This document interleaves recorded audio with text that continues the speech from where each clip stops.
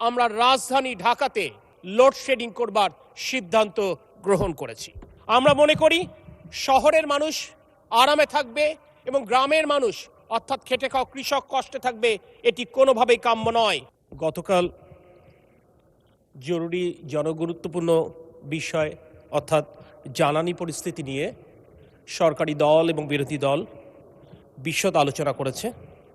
এই আলোচনার সবচাইতে বড় যে অর্জন, এই আলোচনার যে টোন সেট হয়েছে অর্থাৎ ঐক্যবদ্ধভাবে দেশ পরিচালনার, এবং যার ধারাবাহিকতায় মাননীয় প্রধানমন্ত্রী এই সমস্যা সমাধানে যে 10 সদস্য বিশিষ্ট একটি কমিটি গঠনের প্রস্তাব দিয়েছেন, আমি মনে করি এটি জাতির জন্য নতুন পথের দিশা হয়ে থাকবে।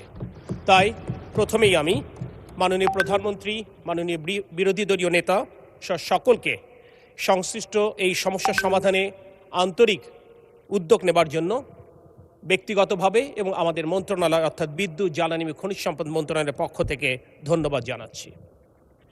একটি কথা স্পষ্ট করে বলতে চাই, গতকাল মাননীয় মন্ত্রী আমাদের মন্ত্রণালয়ের কিংবা আমার উচ্চারিত প্রতিটি বাক্য, শব্দ এবং অঙ্কের পেছনে যুক্তি ছিল, তথ্য ছিল, উপাত্ত ছিল এবং দায়িত্বশীলতা ছিল। যদিও বিগত ফ্যাসিবাদ বিরোধী আন্দোলনে বিভিন্ন কর্মকাণ্ডের কারণে সরকারের প্রতি জনগণের আস্থা কমে যাবার কারণে সরকারের তরফ থেকে কোনো বক্তব্য আসলে স্বাভাবিকভাবে সেখানে আস্থা অর্জন করতে দেশবাসীর কিছুটা হলে সময় লাগবে। কিন্তু মাননীয় মন্ত্রী গতকাল স্পষ্ট করেছেন, আমরা আমাদের শপথের মর্যাদা যেমন রাখতে চাই, ঠিক তেমনি এই পবিত্র মহান সংসদের মর্যাদাও আমরা অক্ষুণ্ণ রাখতে চাই। সে কারণে প্রতিটি কথার মধ্যে স্বচ্ছতা রয়েছে। বাংলাদেশের ইতিহাসে যে ঘটনাটি কখনো ঘটেনি তেমন একটি নজির আজকের সংসদ নেতা তথা মাননীয় প্রধানমন্ত্রী রাখতে চলেছেন। অর্থাৎ বর্তমানের নিরবিচ্ছিন্ন বিদ্যুৎ সাপ্লাই নিশ্চিত করবার জন্য সরকার যে উদ্যোগ গ্রহণ করেছেন, এ ব্যাপারে আমরা মাননীয় প্রধানমন্ত্রী তথা সংসদ নেতার পরামর্শে আমরা মাননীয় বিরোধী দলীয় নেতার সাথেও আলোচনা করেছি, তার পরামর্শ গ্রহণ করেছি। স্বীকার করতে কোনো দ্বিধা নেই, এই উত্তপ্ত গরমে গ্রীষ্মে আমাদের অনেককেই বিদ্যুৎ সমস্যায় নাজেহাল হতে হচ্ছে। যে কথাটি স্পষ্টভাবে উচ্চারিত হচ্ছে, এই সমস্যা একদিনের নয়। এই পুঞ্জীভূত সমস্যার দায় কোনোভাবেই বর্তমান নির্বাচিত সরকার কিংবা কারণ নয়, এটি বিগত ফ্যাসিস্ট সরকারের অব্যবস্থাপনার দায় আমাদের সকলকে নিতে হচ্ছে। আর তাই বর্তমানে উৎপাদন ক্ষমতা কাগজে কলমে অনেক বেশি থাকলেও বাস্তবতার সাথে সেটির গড়মিল রয়েছে। গতকাল বিদ্যুতের সর্বোচ্চ যে চাহিদা ছিল, সেই চাহিদার প্রায় 16,000 মেগাওয়াট, তার বিপরীতে গতকাল আমরা বিদ্যুৎ উৎপাদন করতে সক্ষম হয়েছি 14,126.35 মেগাওয়াট। অর্থাৎ আমাদেরকে 2086 মেগাওয়াট লোডশেডিং করতে বাধ্য হতে হয়েছে।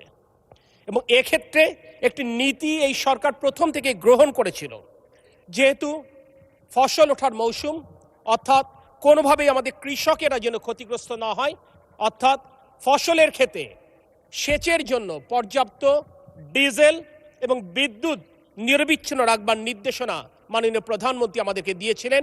আমরা সেটি নিশ্চিত করবার জন্য আমরা চেষ্টা করে যাচ্ছি। এরপরেও দেখা যাচ্ছে পর্যাপ্ত জ্বালানি সরবরাহের অভাবে হয়তো বা কিছু কিছু জায়গায় লোডশেডিং হচ্ছে।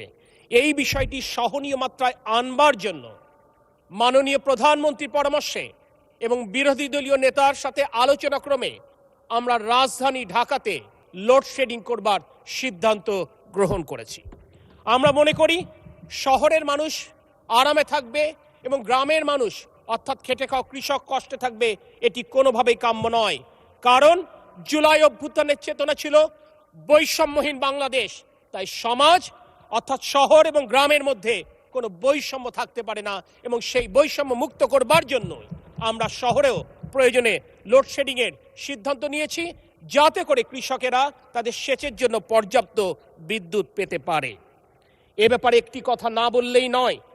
প্রশ্ন উঠবে যে যদি আমরা বলেই থাকি যে জ্বালানি সক্ষমতা আমাদের থাকলেও তাহলে কেন এই সমস্ত পাওয়ার প্ল্যান্টগুলো পরিমিত বিদ্যুৎ উৎপাদন করতে ব্যর্থ হচ্ছে। একটি বার্তা স্পষ্ট করতে চাই, প্রতিদিন বাংলাদেশে ৩৮০০ মিলিয়ন ঘনফুটের গ্যাসের চাহিদা রয়েছে। বর্তমানে বাংলাদেশের সকল গ্যাসকূপ মিলে প্রতিদিন আমরা ১৬৮৬ মিলিয়ন ঘনফুট গ্যাস উৎপাদন করতে পারি। আর আমরা প্রতিদিন গড়ে আমদানি করি ৯৫০ মিলিয়ন ঘনফুট, অর্থাৎ প্রতিদিন ১১৬৪ মিলিয়ন ঘনফুটের গ্যাসের আমাদের ঘাটতি থাকে। চাইলেও, অর্থ থাকলেও, সামর্থ্য থাকলেও গ্যাসের আমদানি বাড়াবার কোনো সুযোগ নেই, কারণ এর জন্য যে ইনফ্রাস্ট্রাকচার রয়েছে সেই ইনফ্রাস্ট্রাকচার দ্রুত সম্পন্ন করা সম্ভব নয়। তারপরে অত্যন্ত আনন্দের সাথে, অত্যন্ত দায়িত্বের সাথে আমরা জানাতে চাই, আমরা এই ইনফ্রাস্ট্রাকচার বাড়াবার জন্য বর্তমান সরকারের ১৮০ দিনের যে অগ্রাধিকার তালিকা রয়েছে তার মধ্যে ইনশাল্লাহ দৃশ্যমান অগ্রগতি দেশবাসী দেখতে সক্ষম হবে। আমাদের দুটি আমদানিকৃত, একটি আমদানিকৃত পাওয়ার প্ল্যান্ট এবং আরেকটি কোল বেস পাওয়ার প্ল্যান্ট, এটি তাদের নিজেদের মেইনটেনেন্সের কারণে তারা পর্যাপ্ত বিদ্যুৎ সরবরাহ করতে পারছে না। আমরা আশা করছি আগামী কয়েকদিনের মধ্যেই তারা পূর্ণ উৎপাদনে যাবে। সেক্ষেত্রে আজ যে এরকম প্রায় ২০০০ মেগাওয়াট লোডশেডিং আমরা দেখতে পাচ্ছি কিংবা কষ্ট স্বীকার করছি, এটি ইনশাল্লাহ আগামী ৭ দিনের মধ্যেই কমে যাবে।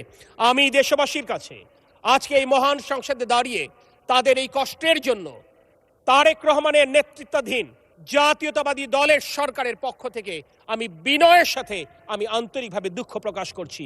আমি শুধু আপনাদেরকে আশ্বস্ত করতে চাই, আমাদের সর্বোচ্চ প্রচেষ্টা রয়েছে জনগণের দুঃখ কষ্ট লাঘব করে নিরবিচ্ছিন্ন বিদ্যুৎ এবং জ্বালানি সরবরাহ অব্যাহত রাখা। মাননীয় স্পিকার, আপনাকে ধন্যবাদ।